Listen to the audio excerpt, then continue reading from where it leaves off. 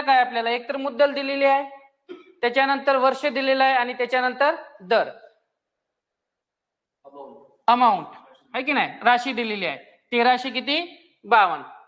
मग आता आपल्याला इझी कोणती मेथड जाईल, सक्सेसिव्ह मेथड आहे की नाही. मग 4% आपण कन्वर्जन केले किती होते 1/25.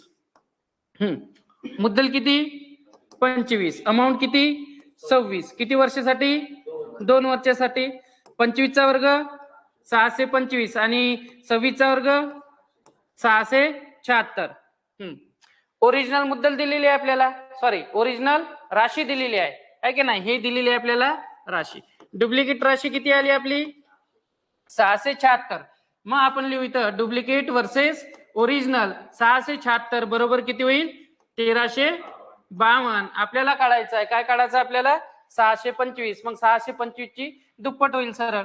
चला 625 बरोबर किती, मग भाग जाते का डायरेक्टली दुप्पटचा भाग जाते आहे की नाही. मग दुप्पटचा भाग देऊ आपण डायरेक्टली. बघा 676 च्या दुप्पट काय आहे 1352 आणि क्रॉस मध्ये आपण मल्टिप्लाय करणार आहे. मग 625 गुणिले 2 म्हणजे किती 1250. तर 1250 हे झालं आपलं उत्तर. Option number C is correct.